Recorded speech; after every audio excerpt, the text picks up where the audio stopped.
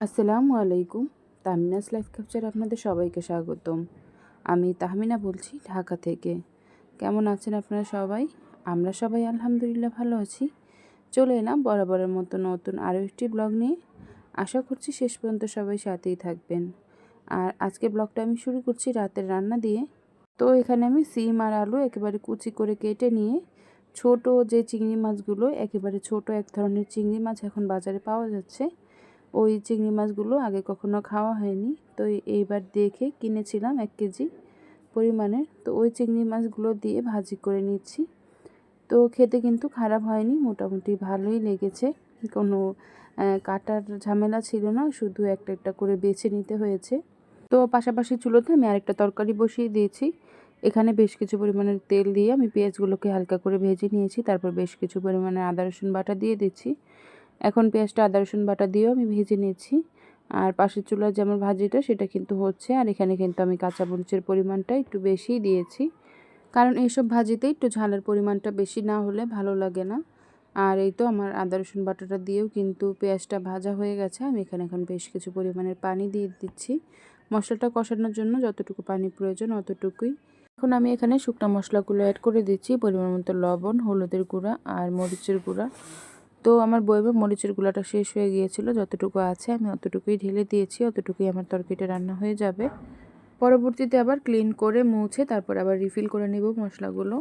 আমি সবসময় এমনই করি যে যখন যেটা শেষ হয় তখন সেটাই সাথে সাথে ক্লিন করে তারপর আবার রিফিল করি। এতে করে আমার একেবারে ধোয়ার যে ঝামেলাটা সেটা থাকে না, যখন কাটা তখন ক্লিন হয়ে যায়।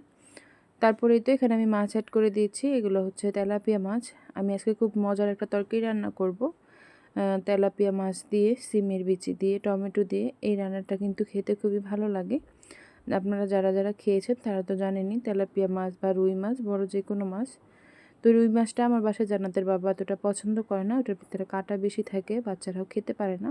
তো এখানে মাছগুলোকে দিয়ে আমি মশলাটার সাথে খুব ভালোভাবে কষিয়ে নিয়েছি। আর হ্যাঁ, আরেকটা কথা বলে নিচ্ছি, এখানে কিন্তু আমি অফ ক্যামেরায় কিছু পরিমাণে ধনিয়ার গুঁড়া আর টালা জিরার গুঁড়াও দিয়ে দিয়েছি মশলাটার সাথে। আর পাশাপাশি কিন্তু আমার ভাজিটাও রান্না হয়ে গেছে। তো আমি অল্প একটুখানি পানি দিয়ে মাছটাকে খুব ভালোভাবে কষিয়ে নিয়েছি, আর মাছের থেকেও কিন্তু পানি বের হয়ে গেছে। এখন আমি মাছটাকে খুব আলতোভাবে উঠিয়ে নিব, কারণ যেহেতু কষানো মাছ ভেঙে যাওয়ার সম্ভাবনা আছে। আর এভাবে সিমের বিচি টমেটো দিয়ে রান্না করলে, তাজা মাছটা রান্না করলেই ভালো লাগে। আর মাছটা কষিয়ে কষিয়ে রান্না করলেই ভালো লাগে, ভেজে না। ভাজা মাছ কিন্তু ভাজাই খেতে ভালো লাগে, তরকারির সাথে দিলে ওরকমভাবে ভালো লাগে না। আমি আমার কথাটা বলছি, আসলে এক একজনের মুখে স্বাদ এক এক রকম। আমরা এক একজন এক এক রকমভাবে রান্না করে খেতে পছন্দ করি, কারো রান্নার সাথে কারো রান্না মিলবে না। আমি যেভাবে খাই ওইভাবে আপনাদের সাথে শেয়ার করছি। তারপরেই তো এখানে বেছে রাখা সিমের বিচিগুলো অ্যাড করে দিচ্ছি। অনেকের কমপ্লেন আছে যে সিমের বিচি থেকে কেমন জানি একটা গন্ধ আসে। যাদের কাছে গন্ধ আসে তারা কি করবেন, সিমের বিচিটা সবসময় একটু পানির মধ্যে ভাপ দিয়ে, মানে একটা বলক তুলে পানিটা ফেলে দিয়ে তারপরে রান্না করবেন, তাহলে আর কোনো রকম গন্ধ আপনারা পাবেন না।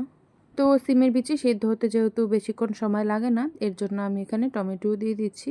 এখানে আমি বড় সাইজের 2টা টমেটো কেটে দিয়ে দিচ্ছি, দিয়ে ঢাকনা দিয়ে ঢেকে এখন তরকারিটা খুব ভালোভাবে কষিয়ে নেব। আর এই তো অফ ক্যামেরায় কিন্তু আমি কষিয়ে তরকারিটার মধ্যে একটু বেশ কিছু পরিমাণের পানি দিয়ে দিয়েছি। ওটা আর আপনাদের সাথে শেয়ার করা হয়নি, যে কোনো একটা কাজে ব্যস্ত হয়ে গিয়েছিলাম, তাই আর ভিডিও করা হয়নি। তারপরে এই তো কষানো মাছগুলো আমি এখানে দিয়ে দিয়েছি, আর বেশ কিছু পরিমাণের কাঁচামরিচও দিয়ে দিয়েছি। আর এগুলো হচ্ছে আস্ত কাঁচামরিচ। আস্ত কাঁচামরিচ তরকারির মধ্যে দিলে আমার কাছে খেতে ভালো লাগে।